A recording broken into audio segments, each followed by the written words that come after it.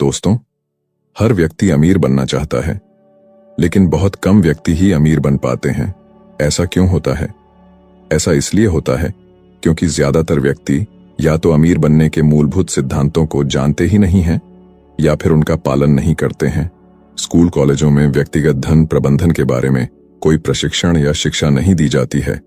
ज्यादातर माता पिता भी अपने बच्चों को इस बारे में सुनियोजित ज्ञान नहीं दे पाते हैं या आदर्श मिसाल पेश नहीं कर पाते हैं।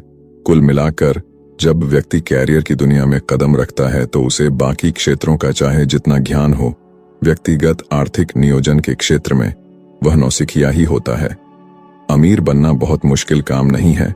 कुछ सामान्य सिद्धांतों का पालन करके कोई भी अमीर बन सकता है, बशर्ते आप इसकी कीमत चुकाने के लिए तैयार हों। ज्यादातर लोग सिर्फ अमीर बनने के बारे में सपने देखते रहते हैं और बातें करते रहते हैं, लेकिन करते कुछ नहीं है। वे अमीरी की कीमत चुकाने के बजाय शॉर्टकट खोजने में लगे रहते हैं। परिणाम यह होता है कि उनका सपना सपना ही रह जाता है।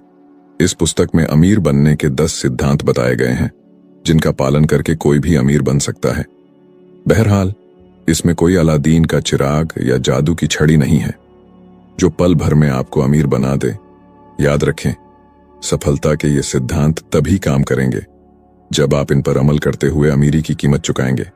तो चलिए शुरू करते हैं। अमीर बनने का पहला सिद्धांत है जो है बचत करें। अमीर बनने का पहला कदम है बचत। कोई भी आदमी अमीर बन सकता है, बशर्ते वह योजना बनाकर लंबे समय तक बचत करे। बचत का नियम यह है कि आप हर महीने अपनी 10% आमदनी बचाएं। अगर आपकी आमदनी 5,000 रुपए है तो 500 रुपए बचाएं। अगर 10,000 रुपए है तो 1,000 रुपए बचाएं। अगर आप इससे ज्यादा प्रतिशत आमदनी बचा सकते हो तो अच्छी बात है, लेकिन आपको कम से कम इतना तो बचाना ही चाहिए और हर महीने बचाना चाहिए। बचत की योजना बनाते समय यह ध्यान रखें कि चाहे हमारी आमदनी 5,000 रुपए हो या 10,000 रुपए, महीने के आखिर में सब कुछ खर्च हो जाता है और हमारे पास कुछ नहीं बचता है। इसीलिए आमदनी होते ही सबसे पहले बचत करें, बाकी खर्च बाद में करें, वरना महीने के आखिर में आप पाएंगे कि आपके पास बचाने के लिए कुछ बचा ही नहीं है। बचत करने की सबसे अच्छी नीति यह है कि किसी बैंक या डाकघर में साल भर के लिए एक आवर्ती खाता यानी रेकरिंग डिपॉजिट खाता खुलवा लिया जाए, ताकि हर महीने नियम से बचत करने का मनोवैज्ञानिक दबाव पड़ता रहे। हर महीने की 5 तारीख को अपनी 10% आमदनी इस खाते में डाल दें। अगर मासिक आमदनी 10,000 रुपए है तो 1,000 रुपए महीने का रेकरिंग डिपॉजिट करें। इसके बाद 9,000 रुपए में ही महीना चलाने की योजना बनाएं। शुरू में आपको इस छोटी हो गई चादर में पैर पसारने में दिक्कत जरूर आएगी, लेकिन कुछ समय बाद आप इस काम के आदी हो जाएंगे। बचत न करने वाले लोग बहाना बनाते हुए कहते हैं, मेरी आमदनी में तो खर्च ही मुश्किल से चलता है, बचत कैसे करूं? ये बहाना आप सरकार को टैक्स देते समय क्यों नहीं बनाते हैं? आप सरकार को चुपचाप टैक्स क्यों दे देते हैं? जिस तरह आप बिना छू चपड़ किए टैक्स दे देते हैं, उसी तरह आपको बचत भी करनी चाहिए। बचत को अपना व्यक्तिगत टैक्स मान लें। यह मान लें कि सरकार ने टैक्स की दर 10% और बढ़ा दी है। सरकार की तरह ही आपको भी अपनी सकल आय पर 10% व्यक्तिगत तड़ लगाना चाहिए। जिस तरह छोटा सा बीज धीरे धीरे पेड़ बन जाता है, उसी तरह छोटी सी धनराशि भी धीरे धीरे दौलत का पेड़ बन सकती है। बचाया गया पहला सिक्का वह बीज है जिससे दौलत का पेड़ उगेगा। जितनी जल्दी यह बीज बो दिया जाएगा, पेड़ उतनी ही जल्दी उगेगा। बहरहाल, इसके लिए आपको उस पेड़ में अपनी बचत का पानी लगातार सींचना होगा। बचत की रणनीति बनाना आसान है, लेकिन उसके लिए आत्म अनुशासन रखना उतना आसान नहीं है। इच्छा शक्ति कमजोर होने पर बचत के सारे नेक इरादे किसी भी महीने टाएं फिर से हो सकते हैं। इस बात के लिए तैयार रहें कि हर महीने आपकी इच्छा शक्ति और संकल्प का इम्तिहान होगा। बहरहाल, अगर आप यह याद रखेंगे कि सुनहरा भविष्य खर्च से नहीं बल्कि बचत से बनता है, तो आप सभी प्रलोभनों के बावजूद बचत करते रहेंगे, क्योंकि आप जानते हैं कि बचत करना अमीर बनने का धीमा लेकिन अचूक रास्ता है। अमीर बनने का दूसरा सिद्धांत है बचत का उपभोग न करें। अतीत की ओर देखने पर मेरा जीवन एक लंबी बाधा दौड़ की तरह नजर आता है, जिसमें सबसे बड़ी बाधा मैं खुद था। बचत करना अमीर बनने का पहला सिद्धांत है, लेकिन अमीर बनने के लिए सिर्फ बचत करने से काम नहीं चलेगा। उसके लिए आपको उसका सदुपयोग करना सीखना होगा। बचत का सदुपयोग करना इतना महत्वपूर्ण कदम है कि ज्यादातर लोगों से यहीं पर चूक हो जाती है। जो लोग बहुत कष्ट उठाकर नियमित बचत करते हैं, वे भी यहां पर आकर अक्सर अपना संयम खो देते हैं और अपनी बचत का उपभोग कर बैठते हैं। निश्चित रूप से सभी लोग बचत के महत्व को जानते हैं, लेकिन अधिकांश लोग बचत का सदुपयोग करने के बजाय किसी मोड़ पर उसका उपभोग कर बैठते हैं। जब लोग थोड़े बहुत पैसे बचा लेते हैं तो उनके मन में आता है कि इससे कोई विलासिता की चीज खरीद लें, जैसे TV, latest mobile, bike, dining table, dressing table इत्यादि। यह योजना पूरे परिवार को अच्छी लगती है, क्योंकि परिवार का हर सदस्य विलासिता के सामान का उपभोग करना चाहता है। ज्यादातर लोग इसी मानसिकता के होते हैं और उनका यह सोचना रहता है कि साल भर बचत करने के लिए उन्होंने जो संयम और सब्र दिखाया था, उसका उन्हें इनाम मिलना चाहिए। बहरहाल, यह बचत का सदुपयोग नहीं, उसका उपभोग यानी उसकी अकाल मृत्यु है। याद रहे, अमीर बनने के लिए सिर्फ बचत करना ही काफी नहीं होता है, उसे सुरक्षित रखना और बढ़ाना भी जरूरी है। बुद्धिमान व्यक्ति अपनी बचत का सदुपयोग यानी निवेश करते हैं, जबकि कम बुद्धिमान व्यक्ति उसका दुरुपयोग या उपभोग करते हैं। उपभोग का अर्थ है कोई महंगा सामान खरीदना, कार के लिए डाउन पेमेंट देना या सैर सपाटे के लिए बाहर घूमने जाना। एक व्यक्ति हर साल 15,000 रुपए बचाता है ताकि वह छुट्टियों में अपने परिवार के साथ बाहर घूमने जा सके। परिवार के साथ बाहर घूमने जाना तो अच्छी बात है, लेकिन उसके लिए अपनी साल भर की बचत को एक झटके में उड़ा डालना कतई अच्छी बात नहीं है। वह भला आदमी यह बात नहीं जानता है कि ऐसा करके वह अपनी दौलत के पेड़ को बड़ा होने से पहले ही काट रहा है। अगर आप अपनी बचत उड़ा डालते हैं या उसका उपभोग कर लेते हैं, तो एक साल बाद आप उसी जगह पर पहुंच जाते हैं जहां से आपने चलना शुरू किया था। बचत करने के लिए काफी कष्ट उठाने के बाद भी आप पहले जैसी स्थिति में इसलिए पहुंच जाते हैं क्योंकि आपने बचत का सदुपयोग नहीं किया है। सदुपयोग का मतलब है धन का निवेश। बचत का सदुपयोग तभी होता है जब उसका निवेश करके उससे और ज्यादा धन कमाया जाए। आप अगर अपनी बचत को ही खत्म कर देंगे तो निवेश कैसे कर पाएंगे? ज्यादातर लोग बचत कर सकते हैं, लेकिन बहुत कम लोग उसके उपभोग के प्रलोभन से बच पाते हैं और उसका सदुपयोग कर पाते हैं। यही कारण है कि बहुत कम लोग अमीर बन पाते हैं। यह जान लें कि समझदारी अपनी बचत को उड़ाने में नहीं, बल्कि उसे अपनी पूंजी की नींव बनाने में है, जिस पर आपकी अमीरी का महल खड़ा हो सके। अमीर बनने का तीसरा सिद्धांत है बचत का निवेश करें।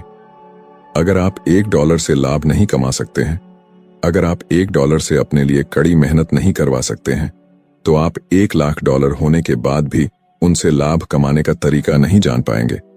अमीर बनने की राह में बचत साधन है और निवेश लक्ष्य है। बचत करके आप पैसे का बीज बनाते हैं, लेकिन पैसों का पेड़ तो उस बीज के निवेश से ही उगता है। आप किसी भी क्षेत्र में निवेश करें, उसका आधारभूत सिद्धांत एक ही रहता है। आपका बचाया हुआ पैसा आपके लिए काम करता है और आपको धन कमा कर देता है। निवेश की शक्ति की वजह से ही अमीर लोग और अमीर बनते चले जाते हैं। जो लोग निवेश करते हैं वे पैसे को अपना सेवक बना लेते हैं और उससे अपने लिए मेहनत करवाते हैं।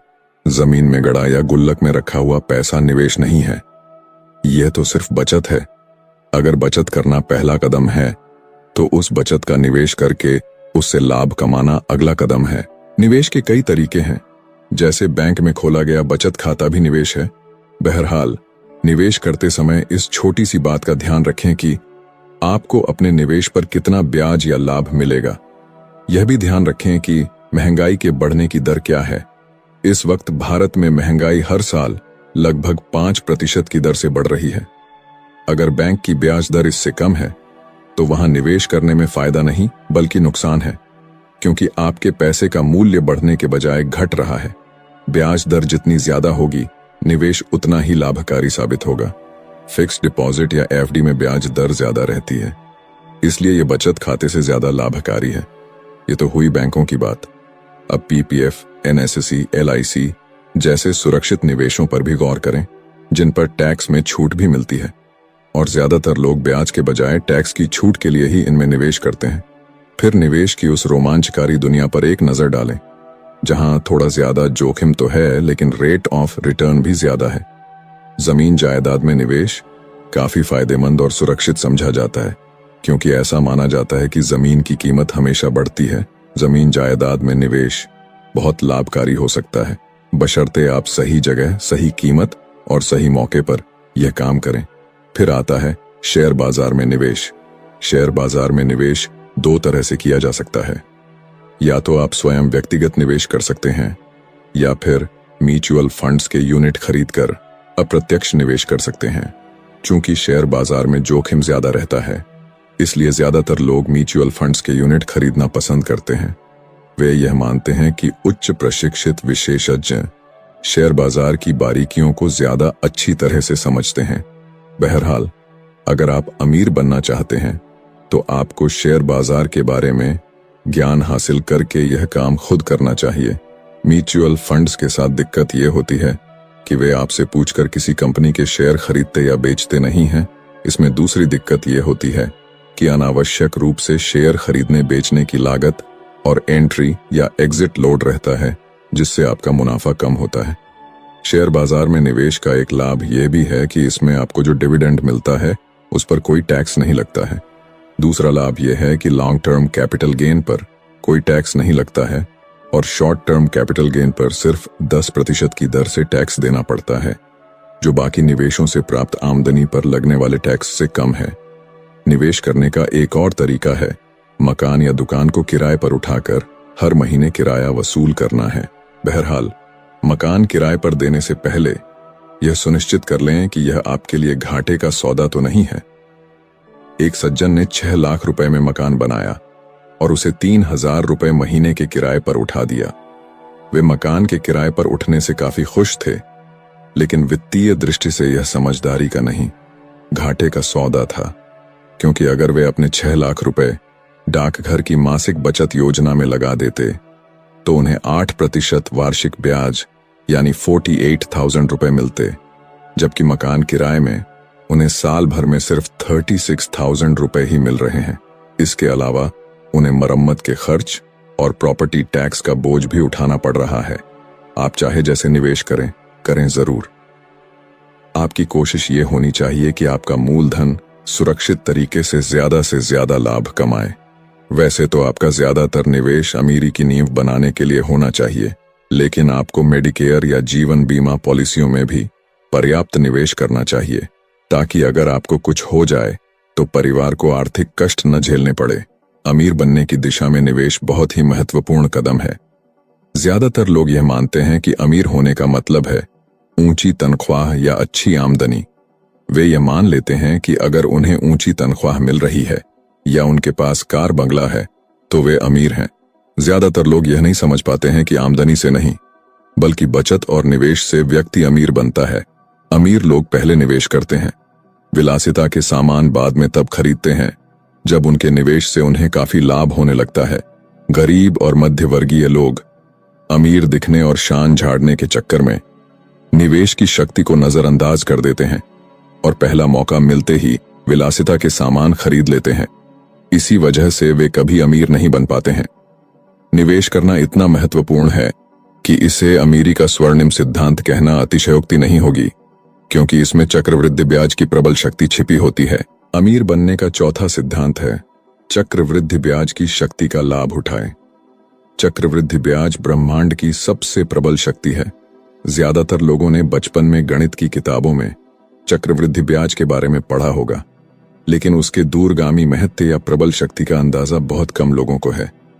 चक्रवृद्धि ब्याज का मतलब यह है कि आपको हर साल अपने निवेश किए हुए मूलधन पर जितना ब्याज मिलता है, आप भविष्य में ज्यादा लाभ कमाने के लिए उसका भी निवेश कर देते हैं। अगर आप ब्याज को खर्च कर देते हैं तो आपको चक्रवृद्धि ब्याज की शक्ति का लाभ नहीं मिलेगा, लेकिन अगर आप ब्याज को भी मूलधन के साथ जोड़कर हर साल निवेश करते रहेंगे तो आपको आशा से परे लाभ होगा। चक्रवृद्धि ब्याज से पैसे का जबरदस्त नेटवर्क बन जाता है। आपका मूलधन तो पिता है जो आपके लिए पैसे कमाता है। चक्रवृद्धि ब्याज उस मूलधन का बेटा है और वह भी अपने पिता की तरह आपके लिए पैसे कमाता है। चक्रवृद्धि ब्याज के सिद्धांत पर चलकर आप पैसे की कई पीढ़ियां तैयार कर लेते हैं, जो सभी आपको अमीर बनाने के लिए दिन रात काम करती हैं। चक्रवृद्धि ब्याज से आपका पैसा बहुत तेजी से बढ़ता है। आपका निवेश कितने समय में दुगुना होगा, ये जानने के लिए बेहतर के नियम का उपयोग करें। अगर ब्याज दर 8% है तो आपका धन बेहतर बट्टे 8 बराबर 9, मतलब आपका धन 9 साल में दुगना होगा। अगर ब्याज दर 12% है तो यह 6 साल में दुगना होगा। चक्रवृद्धि ब्याज की शक्ति को समझने के लिए कुछ उदाहरण देखें। मान लीजिए 2 व्यक्ति 10% वार्षिक ब्याज दर पर 12,000 रुपए का निवेश करता है। पहला सामान्य ब्याज कमाता है और साल के अंत में अपने ब्याज को उड़ा डालता है, जबकि दूसरा व्यक्ति अपने ब्याज को भी मूलधन में जोड़कर चक्रवृद्धि के सिद्धांत का पालन करता है। 40 साल बाद पहले व्यक्ति को 13,200 रुपए मिलेंगे, जबकि इस दौरान वह 48,000 रुपए का ब्याज खर्च कर चुका होगा। यानी कुल मिलाकर उसे सामान्य ब्याज की नीति से अपने निवेश पर 68,200 रुपए की आमदनी हुई। दूसरी ओर चक्रवृद्धि ब्याज के सिद्धांत का पालन करने वाले व्यक्ति को 40 साल बाद 5,43,111 रुपए मिलेंगे, यानी उसे पहले व्यक्ति से 9 गुना ज्यादा लाभ होगा। ऊपर दिए गए उदाहरण से आप खुद ही यह समझ गए होंगे कि नियमित निवेश अगर चक्रवृद्धि ब्याज के सिद्धांत के आधार पर किया जाए तो उससे कितना भारी लाभ हो सकता है। सच तो यह है कि अमीर बनने के लिए इकट्ठे बहुत से पैसे बचाने की जरूरत नहीं होती है। इसके लिए तो लगातार थोड़ी थोड़ी बचत और समय की जरूरत होती है। अमीर बनने का 5वां सिद्धांत है, एक एक रुपए का हिसाब रखें। हर सफल व्यक्ति की सफलता का राज यह है कि उसने ऐसे काम करने की आदत डाल ली थी जिन्हें करना सफल लोगों को पसंद नहीं था। हो सकता है कि एक एक रुपए का हिसाब रखना आपको यह कंजूसी लगे, लेकिन अपनी आय व्यय का हिसाब रखना कंजूसी नहीं है, बल्कि वह आर्थिक नियोजन कहलाता है। इस बात का पूरा हिसाब रखें कि आपके पास पैसा कहां से आया और कहां गया। यही वह जादुई आदत है जिसकी बदौलत व्यापारी दौलतमंद बनते जाते हैं, जबकि आम आदमी बहुत सारा पैसा कमाने के बाद भी गरीबी के दलदल में फंसा रहता है। आम आदमी को यह पता ही नहीं होता है कि उसका पैसा आखिर चला कहां जाता है। हम अक्सर लोगों को यह कहते हुए सुनते हैं, मैं इतना कमाता हूं, लेकिन क्या पता पैसा आखिर कहां चला जाता है। ज्यादातर लोगों की स्थिति यही है और इसका कारण यह है कि वे अपने खर्च का रिकॉर्ड नहीं रखते हैं। पैसे का हिसाब किताब रखने में मेहनत लगती है, याददाश्त पर जोर डालना पड़ता है और कई बार तो तनाव भी होने लगता है। बहरहाल यह न भूलें कि सफल व्यापारी अपने एक एक पैसे का हिसाब रखता है। उसके बही खाते में उसकी आमदनी और खर्च का पूरा रिकॉर्ड रहता है। अगर व्यापारी ऐसा कर सकते हैं तो आप हम क्यों नहीं कर सकते हैं। आखिर हम भी तो अमीर बनना चाहते हैं। अपनी आमदनी और खर्च का रिकॉर्ड रखना पहला कदम है, उसका विश्लेषण करना अगला कदम है। जब आप अपनी आमदनी और खर्च के रिकॉर्ड को देखेंगे तो आपको उससे बहुत सी आश्चर्यजनक बातें पता चलेंगी। आपको यह पता चलेगा कि आप कितनी फिजूल खर्चियां कर रहे हैं। अक्सर हम ये सोचते हैं कि 3 रुपए की सिगरेट पीने से क्या होता है, लेकिन जब हम महीने भर की सिगरेट का हिसाब रखते हैं तो हमें पता चलता है कि हमने 3 रुपए की नहीं बल्कि 90 रुपए की सिगरेट पी ली है।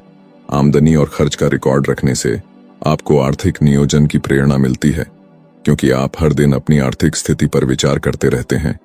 आपको यह पता रहता है कि आपकी आमदनी और खर्च की स्थिति क्या है, आपका कैश फ्लो कितना है, आपको कितना ब्याज मिल रहा है, आप कितना ब्याज दे रहे हैं।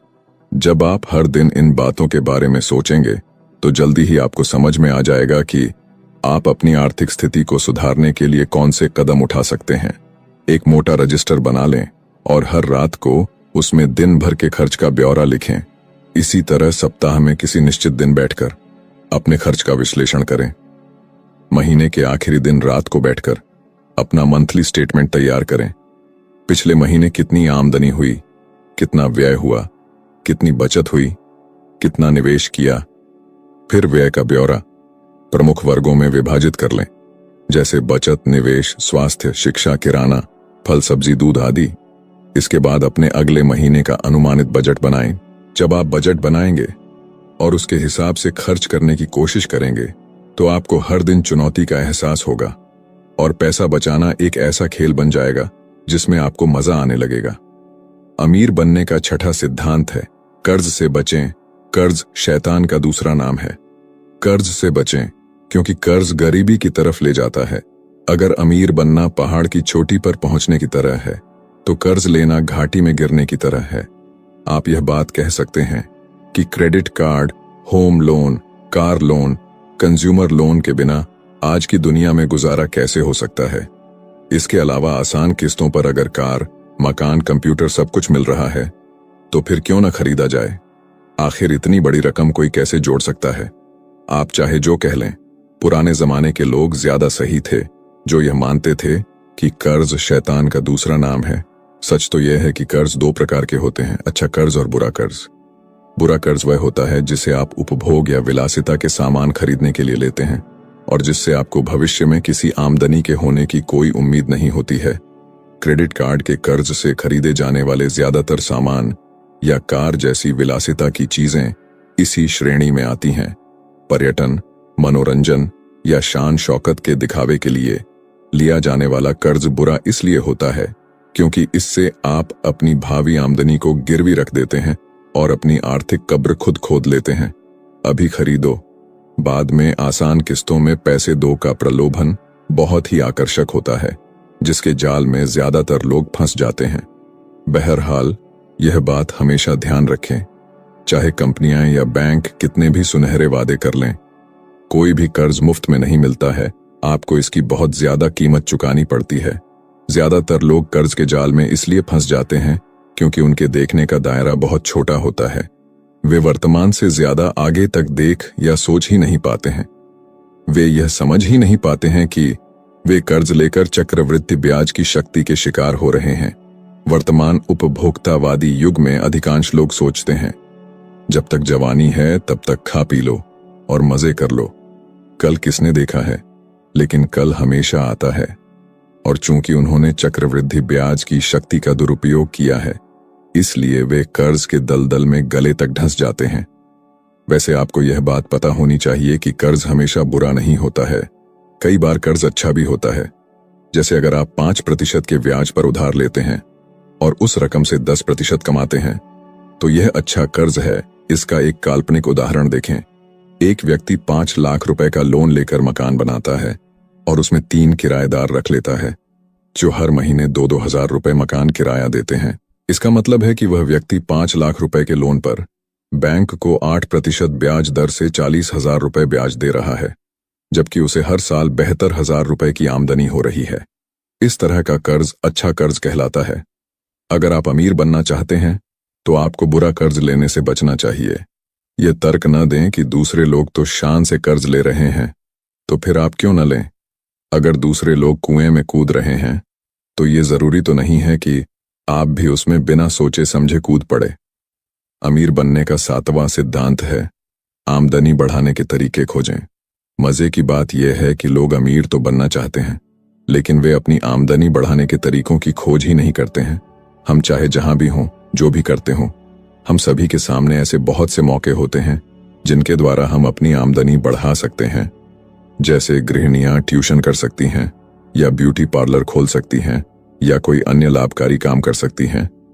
इसी तरह नौकरी पेशा लोग भी दूसरा पार्ट टाइम काम कर सकते हैं। शेयर बाजार या जमीन जायदाद में निवेश करना सीख सकते हैं। ज्यादातर लोग 9 बजे से 5 बजे की नौकरी करके अपना दिन खत्म मान लेते हैं। इसके बाद वे न तो कुछ सीखते हैं, न ही कुछ करते हैं। बहरहाल, अगर आप अमीर बनना चाहते हैं तो आपको यह समझ लेना चाहिए कि 5 बजे के बाद दिन खत्म नहीं हो जाता है। कोई व्यक्ति अमीर बनेगा या नहीं, ये इस बात से तय होता है कि वह शाम को 5 बजे से रात के 12 बजे के बीच में क्या करता है। 9 से 5 का काम तो आपकी आजीविका चलाता है। शाम को 5 बजे के बाद किया जाने वाला काम आपको अमीर बनाता है। इसके लिए आपको यह खोजना होगा कि आप में ऐसा कौन सा हुनर है जिससे आप अपनी आमदनी बढ़ा सकते हैं। आपको यह भी खोजना होगा कि जहां आप रहते हैं वहां ऐसा कौन सा काम है जिसे करने पर आपको लाभ हो सकता है। यह मांग और पूर्ति यानी डिमांड एंड सप्लाई का आसान नियम है। जिस क्षेत्र में मांग ज्यादा और आपूर्ति कम है, यहां पर अवसरों की तलाश करें। अगर ऐसे किसी क्षेत्र में आप योग्य हों तो अवसर का तत्काल लाभ उठाएं। अगर आप उस क्षेत्र में जल्दी ही योग्य बन सकते हो तो सीखकर योग्य बनने का संकल्प कर लें। याद रखें, समझदार आदमी को जितने अवसर मिलते हैं उनसे ज्यादा अवसर वह खुद बनाता है। हर व्यक्ति के आसपास आमदनी बढ़ाने के मौके तो रहते हैं, मगर ज्यादातर लोग उन्हें देखते ही नहीं हैं। हो सकता है आपकी योग्यता बहुत ज्यादा न हो, लेकिन उससे कोई फर्क नहीं पड़ता है। आप शाम को पढ़ाई या कोर्स करके अपनी योग्यता बढ़ा सकते हैं। याद रखें, अपनी योग्यता बढ़ाना आमदनी बढ़ाने का अचूक उपाय है। इस बारे में गंभीरता से सोचें कि आप अपनी आमदनी कैसे बढ़ा सकते हैं। आप अपने बॉस से अपनी तनख्वाह कैसे बढ़वा सकते हैं। आप कहां निवेश करके ज्यादा कमा सकते हैं। क्या आप जमीन जायदाद के क्षेत्र में कमा सकते हैं। आप शेयर बाजार का लाभ कैसे उठा सकते हैं। कौन सी योग्यता सीखने से आपकी आमदनी बढ़ जाएगी। कौन से नए काम का प्रशिक्षण लेने से आपको अभी या भविष्य में लाभ हो सकता है। आपके पास जितना ज्यादा ज्ञान होगा, आपकी कमाई भी उतनी ही ज्यादा होगी। जो व्यक्ति अपने काम में जितना ज्यादा कुशल होता है, उसकी कमाई की क्षमता भी उतनी ही ज्यादा बढ़ जाती है। इसीलिए अमीर बनने के लिए आपको लगातार सीखते रहना चाहिए। सेमिनार में जाएं, कोर्स करें, प्रशिक्षण लें, विशेषज्ञों से विचार विमर्श करें। हर समय विचारों की तलाश में रहें, क्योंकि अक्सर एक छोटे से विचार से ही बहुत बड़ा आर्थिक लाभ हो जाता है। अमीर बनने का 8वां सिद्धांत है, खर्च कम करने के तरीके खोजें। लगभग हर व्यक्ति जानता है कि पैसा कैसे कमाया जाता है, लेकिन 10 लाख में से एक व्यक्ति ही जानता है कि इसे कैसे खर्च किया जाता है। दोस्तों, ज्यादातर लोगों के साथ दिक्कत यह होती है कि उन्हें स्कूल कॉलेज में पैसा कमाने का तरीका तो सिखाया गया है, लेकिन खर्च करने का तरीका नहीं सिखाया गया। उन्हें यह नहीं सिखाया गया कि बचत और निवेश आमदनी या तनख्वाह से ज्यादा महत्वपूर्ण होते हैं। इसीलिए वे अपनी अच्छी तनख्वाह को अमीरी मान लेते हैं, और जब उनका भ्रम टूटता है तब तक बहुत देर हो चुकी होती है, क्योंकि वे कर्ज के भारी बोझ तले दबे होते हैं और टैक्स, खर्च और कर्ज के ब्याज के भंवर में फंस चुके होते हैं। अधिकांश लोगों की पैसे की तंगी का कारण आमदनी की कमी नहीं, बल्कि सही तरह से खर्च न करना होता है। खर्च कम करना बचत का अचूक तरीका है। अगर आपने अमीरी के 5वें सिद्धांत का पालन करते हुए अपने खर्च का हिसाब रखा है, तो आप उसके विश्लेषण से जान लेंगे कि आप किन चीजों में फिजूल खर्ची कर रहे हैं और आपको कहां कहां कटौती करनी चाहिए। एक बात का खास ध्यान रखें, आमदनी बढ़ने से पैसे की तंगी की समस्या कभी नहीं सुलझती है, क्योंकि हमारे खर्च हमेशा आमदनी के अनुपात में बढ़ते जाते हैं, जब तक कि हम सख्ती से उन्हें रोकने की कोशिश न करें। इसका कारण यह है कि आमदनी बढ़ने के साथ साथ व्यक्ति की इच्छाएं भी बढ़ जाती हैं। इच्छाएं असीमित होती हैं, जबकि आमदनी सीमित होती है। इसलिए हमें अपनी इच्छाओं पर विचार करके सिर्फ उन्हीं इच्छाओं को पूरा करना चाहिए जो हमारे बजट में समाती हों। याद रहे, आज के उपभोक्तावादी समाज में विज्ञापनों और पड़ोसियों के साथ प्रतिस्पर्धा के कारण हम फिजूल खर्ची के जाल में फंस जाते हैं, शान झाड़ने या बराबरी करने के लिए। फिजूल खर्ची करना अपने पैरों पर कुल्हाड़ी मारने की तरह है। बस इतना ध्यान रखें कि किसी को 3 मामलों में खर्च में कटौती कभी नहीं करनी चाहिए: स्वास्थ्य, शिक्षा और भोजन। जो आदमी इन 3 चीजों में पैसे बचाता है, वह भविष्य में नुकसान उठाता है।